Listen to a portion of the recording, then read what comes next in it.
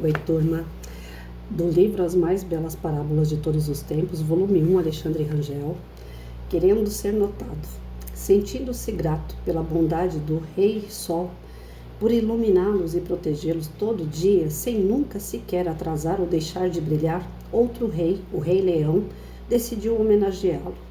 Para isso, convocou todos os animais da floresta. Durante a reunião, foram apresentadas algumas sugestões de que tipo de homenagem seria digno a um rei tão grandioso. O primeiro a sugerir foi o macaco. Vamos montar uma peça de teatro. Os outros animais protestaram de imediato. Nada disso, não temos tempo para ensaiar, disse sabiamente a coruja, liderando o grupo dos que não concordaram com a ideia. Que tal um musical com os pássaros cantando e os outros animais dançando? Sugeriu o Pintacilgo. As sugestões já estão melhorando, comentou alegre o Rei Leão. Até que a raposa, com um ar de reprovação, avisou: o nosso Rei Sol não vai gostar de nenhuma dessas ideias. O que ele iria realmente gostar, só eu sei. Imediatamente todos silenciaram para ouvir a sugestão da raposa. Ansioso, o Rei Leão ordenou: fale logo, criatura. Não vê que não temos tempo a perder? A raposa, com o jeito de quem domina a situação, foi logo falando. Como sou a mais astuta, sugiro um monólogo, no qual recitarei um de meus poemas preferidos. Todos, sem exceção, vaiaram a raposa por seu egocentrismo. Irritado, o Rei Leão disse: saia daqui, raposa.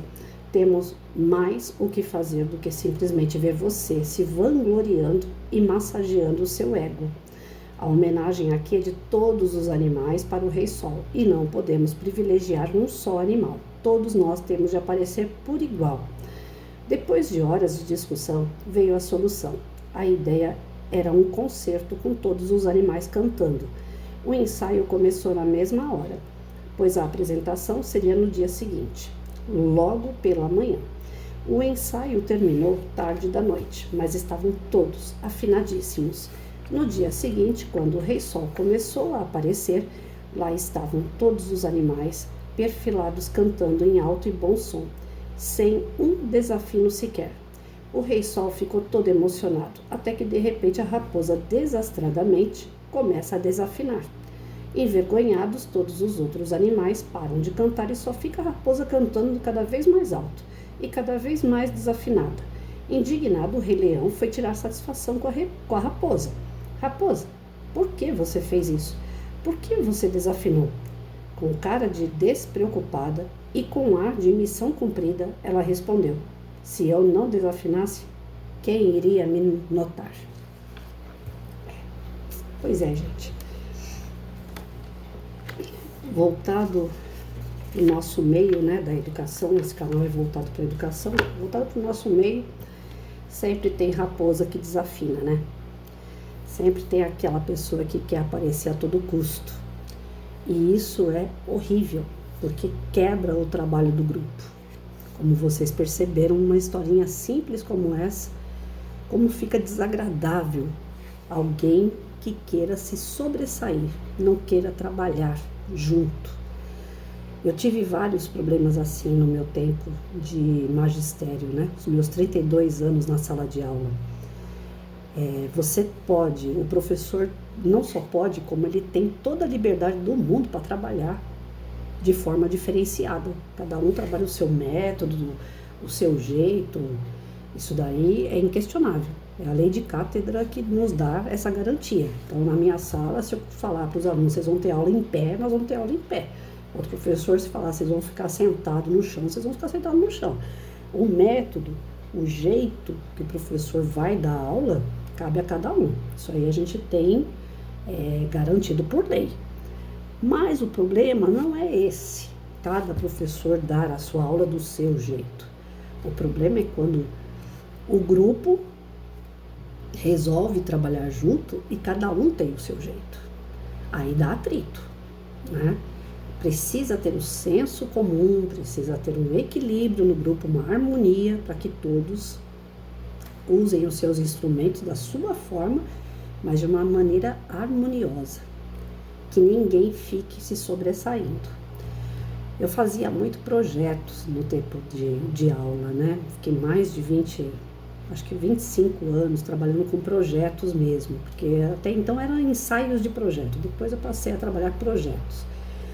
E os projetos, eles exigem da gente demais, uma dedicação muito grande do professor, porque você vai avaliar o aluno na sua necessidade, trazer os temas dentro dos conteúdos programáticos, desenvolvendo a potencialidade, as qualidades do seu aluno, desenvolvendo nele a questão da autoestima, dos valores e princípios, para dar sustentação para ele, para que ele possa sair daquela realidade que às vezes está machucando ele fora da escola e transformar esse aluno numa pessoa melhor. Não só uma pessoa que vai sair da escola com história, geografia, ciência, português, matemática, mas uma pessoa completa, porque a educação é isso. A educação tem que ser algo completo.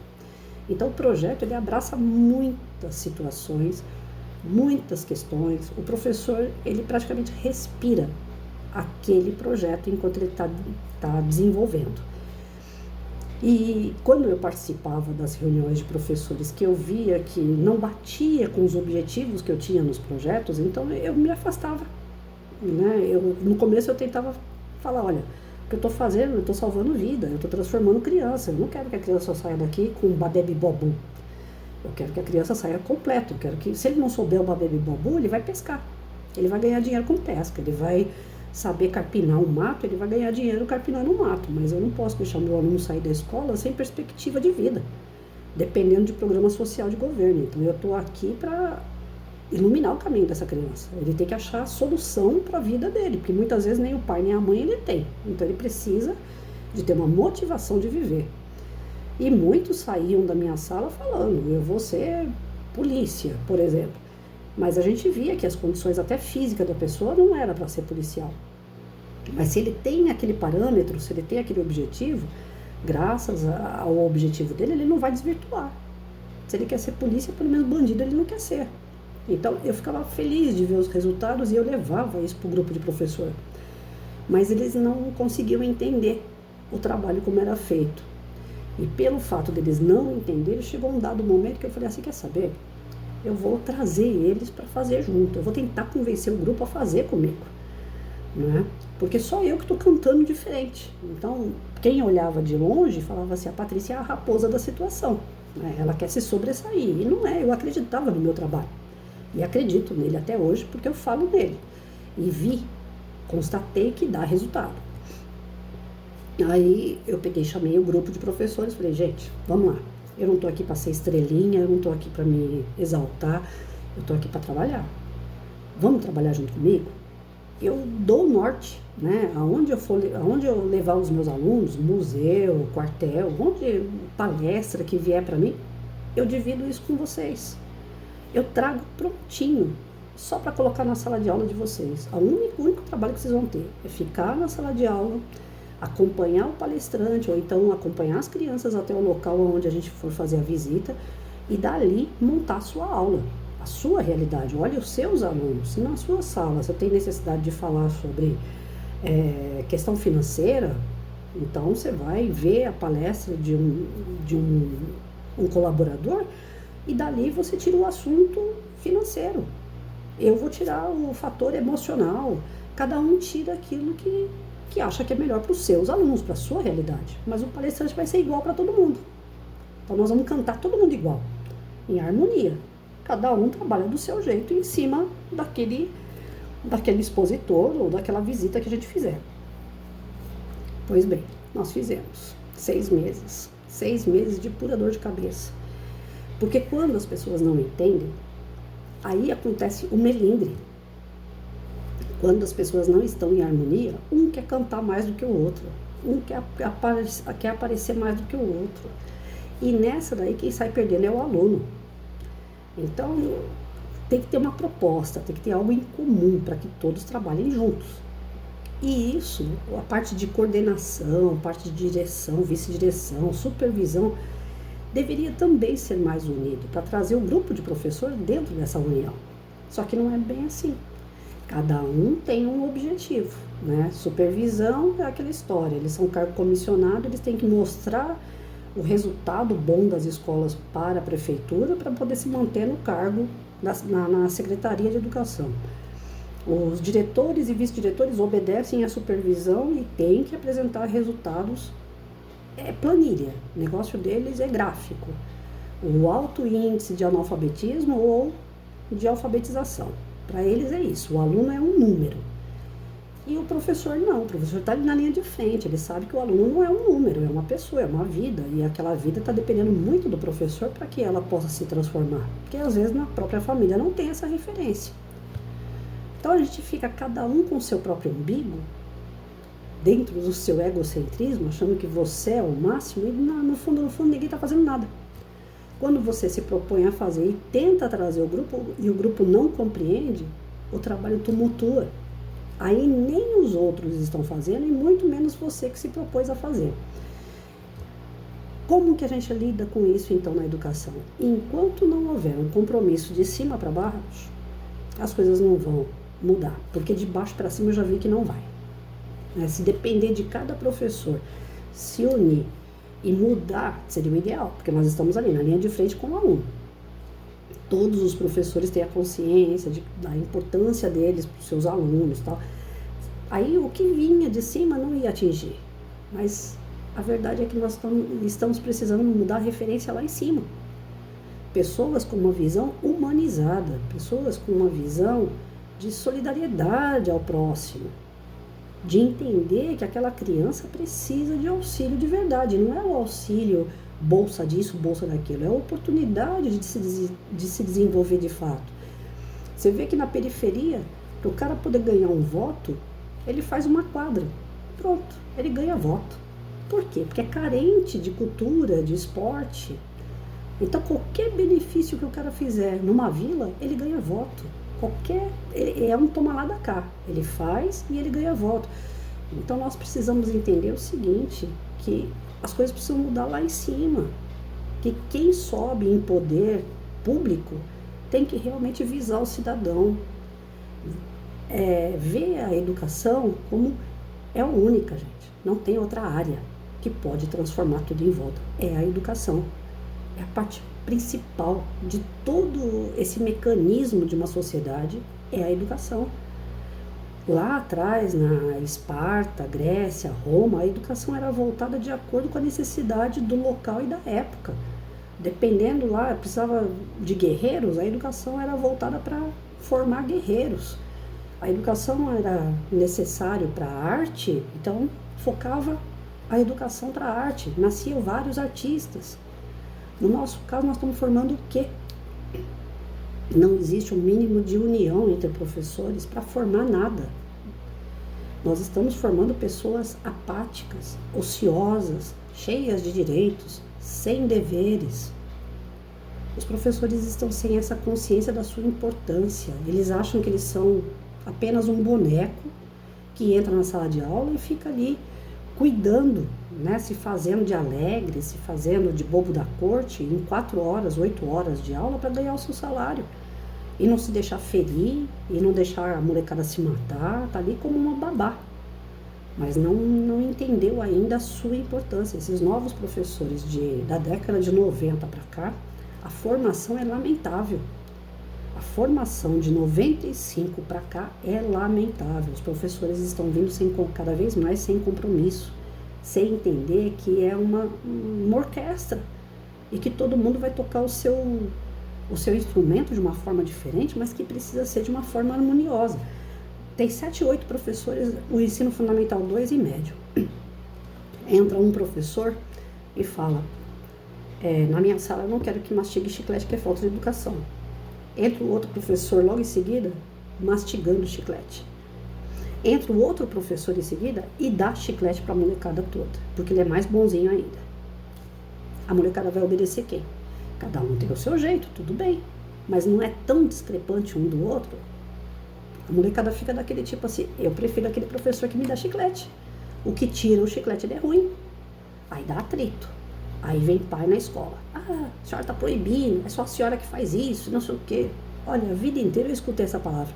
É só a senhora. É essa frase, né? É só a senhora. E por que só eu? Será que eu sou tão ruim assim? Será que eu estava errada? Eu acabei de ler esse livro aqui para os meus amigos no WhatsApp. Pensamento e Vida, do Chico Xavier. Tem um texto aqui que chama Dever. Todo mundo deveria ler. Nós temos obrigações, nós temos deveres a cumprir. E dentre eles, essa questão moral. Nós precisamos desenvolver a moral e passar essa moral para os que vêm depois. Muitos de nós levamos a vida no oba-oba. Do tipo, deixa a vida me levar. E isso está refletindo na sociedade. Você olha lá fora, tá parecendo um bando de louco. Né? Aquela história assim a molecada, sei lá, tem coisas que se eu falar, eu acho que quem for ouvir vai me jogar pedrada, até não querer mais, mas é a pura verdade. A molecada hoje já não sabe mais se é homem, se é mulher, não sabe, acorda de manhã, se veste de um jeito, quando é à tarde é de outro, quando chega de noite é de outro jeito. Não tem mais uma identidade, não tem mais uma firmeza. Amanhece entediado, tem hora que tá feliz demais, tem hora que tá querendo se matar. Esse desequilíbrio emocional na molecada se deve ao quê? A falta de objetivo, a falta de dever cumprido, a falta de moral e princípio desenvolvido. E isso tá vindo dos seus lares, através das suas famílias, isso tá vindo de professores que não têm comprometimento nenhum, onde cada um quer fazer de qualquer jeito e vamos levando de qualquer jeito. E os professores ou os pais que querem ter o dever cumprido, que querem fazer uma estrutura firme para suas crianças, são tidos como caretas, quadrados, ultrapassados, extremistas. Então, eu lembro que na época do meu avô, da minha avó, a gente tinha que pedir bênção. O avô e a avó era algo assim que a gente tinha que ter um extremo respeito. O nosso ancestral chegou primeiro, ele é que formou a nossa família. Hoje, vô e vó serve para quê? Para colocar em asilo, para jogar de lado, deixar lá, ficar assistindo televisão, abobado na frente de uma cadeira de roda. O padre Fábio de Mello, uma vez ele falou assim, eu queria tanto ter uma pessoa que me colocasse, quando eu chegasse na cadeira de roda, me colocasse no sol, mas eu tenho muito medo de me colocarem lá e me esquecer. Então eu tenho que ter uma pessoa que me lembre de colocar no sol, mas que também me lembre de tirar, porque senão eu vou esturricar embaixo do sol. E os velhinhos de hoje estão esturricando embaixo do sol, porque as pessoas estão abandonando, estão largando. Quem cuida dos idosos, cuida com má vontade. É um peso, é um sacrifício. Sendo que antigamente se tinha prazer. Poxa, mãe, pai, avô fizeram tudo por nós, então agora é a nossa vez de fazer por eles. Os valores estão invertendo de todas as formas. E isso se deve a quê? Essa história de alguém querer aparecer mais do que o outro, de não haver um equilíbrio, uma harmonia em grupo, de ter uma uniformidade na fala. Você vai falar com a mãe, a criança chega na mãe, pode mãe, a mãe fala não. Vai lá e chega no pai, o pai, claro que pode, sua mãe é chata, tira a autoridade da mãe. O professor fala não, o pai chega na escola, só falta bater no professor, porque não existe esse negócio de todo mundo por um. Não, é cada um por si. Sempre tem que ter as raposas que quebram os grupos, porque elas são egocêntricas, porque elas pensam somente nelas, porque elas não estão nem aí com os outros. Aqui a homenagem era para o sol. Todos os animais iam se juntar para homenagear o sol. Então, na escola, todos deveriam se unir pelo aluno. Em casa, todos deveriam se unir pelo filho. Mas não existe essa uniformidade de pensamentos, de projetos, de objetivos. Cada um solto do seu jeito, achando que um é melhor que o outro, acaba que fica as novas gerações cada vez mais perdidas. Então, aquele que deveria ser homenageado, na verdade, está sendo jogado de lado. Está deixando de ter importância.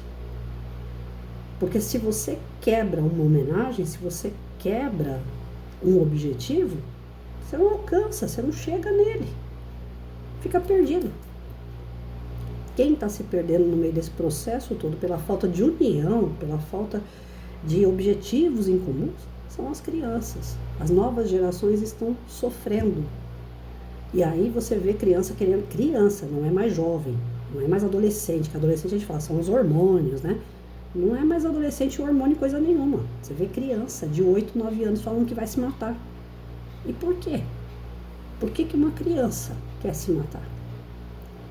Porque em volta dela tá todo mundo desequilibrado, tá todo mundo fazendo por si só e a criança tá ficando jogada. Hoje, com a história de videogame, a história de celular, de computador, quem fica com os seus filhos, com os seus alunos, não é mais o pai, a mãe e o professor. Eu vi um cara postando ontem, um vídeo curto na internet, onde era uma musiquinha com desenhos da Barbie. Eu acho que fizeram uma montagem lá, eu acho que não tem nada a ver com a personagem, mas tinha desenhos da Barbie, tudo cor de rosinha, letrinha bonitinha e tal, e assim, o ritmo, aquelas musiquinhas tipo de conto de fada, de desenhos de conto de fada. Então assim, algo que chama a atenção das meninas, né? Em geral das meninas. E aí ele pegou e falou assim, gente, a música, o ritmo dela é bonitinho, a cor rosinha chama atenção, porque tem as figurinhas da Barbie e tal. As meninas tudo vão entrar no YouTube para assistir esse vídeo, porque chama a atenção delas. Mas se vocês vissem, né? Se vocês vissem a letra da música está dizendo que é certo roubar, pode roubar mesmo, que as coisas não têm dono, né, que se você tem vontade, você não tem que ficar passando vontade, que o correto é você pegar e sair correndo, que não tem justiça que vá te prender. Desse jeito. Quer dizer, a letra da música, as meninas pegam aquilo ali, ou os próprios meninos, e vão cantar essa música, eles vão internalizar essa verdade. Porque tudo aquilo que a gente escuta demais, por isso que falam que a propaganda é a alma do negócio. Tudo aquilo que a gente escuta demais, que a gente vê demais, a gente compra como verdade. E criança não é difícil você plantar coisas na cabeça deles e no coração. Eles tendo contato direto com aquilo, eles tomam como uma verdade. Depois ninguém derruba. É esse o meio que nós temos hoje. Computador, celular, internet veio para ajudar bastante, mas se saber usar. Se você largar na mão do teu filho, do teu aluno e não ficar ali orientando, eles vão pescando coisas que não tem que pescar. O meu filho ele foi jogar videogame de atirar, de bater, depois dos 11, 12 anos dele, que ele já sabia que aquilo era uma coisa errada. Mas quando ele era pequenininho, ele assistia Tom e Jerry. Eu cheguei da escola uma vez, no meu horário vago, ele estava em casa sozinho, ele devia ter em torno de uns 8, 9 anos, por aí. E aí, de repente, ele catou um martelinho daqueles que faz barulhinho, que é sanfonado, né, de plástico. Ele pegou aquele martelinho e saiu batendo em mim, correndo atrás de mim dentro de casa com aquele martelinho. Aí eu falei assim, mas por que esse menino tá me batendo com o martelinho, né? Eu nunca brinquei assim com ele. Aí ele falou assim, mãe, isso aqui é o que o gato e o rato faz lá no desenho, que era o Tom e Jerry. Então, assim, é um desenho que não tem malícia, aparentemente, mas tem a mensagem, né, da violência, de um querer bater no outro. São coisas assim que a gente está ficando invigilante, porque nós estamos preocupados com o nosso ego. O professor está preocupado em fazer cartazinho bonitinho lá de EVA. Se vocês vissem isso, parece praga. Você vê professor a aula inteira com a lousa cheia e com a tesourinha lá cortando EVA, todo dia cortando EVA, colando EVA, fazendo painel, fazendo lembrancinha, e faz na sala de aula porque fala que não quer levar serviço para casa. Mas aquilo é um serviço inútil, desculpa. É bonito? É fofinho? Mas é um serviço inútil. Para a criança aquilo ali não serve nada. O que a criança quer com um painel de EVA? Uma vez uma diretora falou, sua sala parece uma favela. Eu guardei isso, eu levei pro coração, né? Porque ela entrou na minha sala, estava cheio de cartazes feitos pelas crianças. Tudo que eu ensinava ali e tal, produção de texto, produção de frase, palavras, estética, Todos os objetivos que eu tinha na produção escrita, eu fazia em cartaz e colocava na parede. Lógico, um mais feio que o outro, porque se a criança está aprendendo, ela não sabe fazer direito, então fica feio. Ela entrou na minha sala, nossa, isso aqui parece uma favela. Eu falei, então, essa favela aqui foi construída pelos alunos. Ah, mas tem escrita errada na parede. Eu falei, lógico que tem. Cada um que passa ali sabe que está escrito errado, ele vai querer corrigir o colega. Ele vai chegar e vai falar assim, olha, lá naquele cartaz que você escreveu, tá faltando um S. Então, um vai auxiliando o outro, vendo que está escrito errado e vai arrumando. E eu deixava eles chegarem lá, porque falam assim, ah, mas é antiético ir lá e rabiscar a palavra e escrever ela correta. Da forma que eu tinha o objetivo, eu não achava antiético. Porque eles eram um grupo, todos eles se entendiam, não existia aquele negócio de menosprezar o conhecimento do próximo, pelo contrário. Então, eles passavam lá e falavam, ó, fulano, aquela palavra que você escreveu ali, tá faltando um S, eu vou lá corrigir, tá bom? Aí o colega falava, não, tá bom. Aí ele mostrava, ó, é aqui ó, que tá faltando um S. Então ele ia lá e escrevia a palavra correta. Assim a gente ia fazendo várias e várias vezes, todos os dias, com todos os cartazes, até chegar um dia que, né, esgotou tanto rabisco, aí a gente tirava aquele monte de papel e colocava outro. E assim eles iam construindo as suas escritas. E dava certo. Aí as pessoas, não, mas é antiético, não pode rabiscar. Principalmente o professor, na hora que você vai corrigir uma prova, eles falam, você não pode riscar na palavra do aluno e escrever a palavra correta. Ali, eu até acredito que não vai funcionar mesmo, porque eu vou tirar uma palavra e vou escrever outra, o aluno vai olhar e se ele tiver que errar, né, uma vez só que ele vai olhar, ele não vai aprender. Mas no dia a dia, o cartaz pendurado na parede, ele vendo aquela palavra como se escreve todo dia, ele aprende sim. Então a gente tem que entender o método de cada um, sim, respeitar, mas quando é um trabalho em grupo, se são 5, 7, 8 professores numa sala, num sexto ano, sétimo ano, terceiro do ensino médio, esses professores precisam ter o meio termo. Quando é um professor só na sala de aula, de primeiro a quinto ano, praticamente é um professor, né? Tem o de educação física, de arte, mas aí são atividades mais lúdicas, tal, não tem tanto aquela coisa da disciplina, né? É um mundo à parte, vamos dizer assim. Mas ainda assim, mesmo com o professor de arte e educação física, eu sempre procurei, olha, na educação física não fica liberando criança toda hora para o banheiro, porque na minha sala eu não libero. Ele tem que saber que na educação física ele tem que ficar lá fazendo educação física. Então a gente fazia alguns combinados para falar mais ou menos a mesma língua ali. Mas entre salas ou entre vários professores de uma única sala, é difícil você conseguir isso. Sempre tem um que quer aparecer, porque o teu ego é maior do que os demais e quebra o grupo. E as crianças ficam completamente perdidas nesse processo.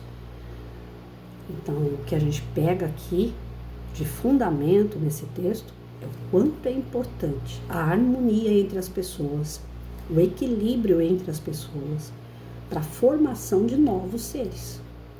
Se você quer homenagear, se você quer exaltar aquela vida que está dependendo ali de você, que tem um elo com você, você tem que viver em harmonia com os demais. É fácil?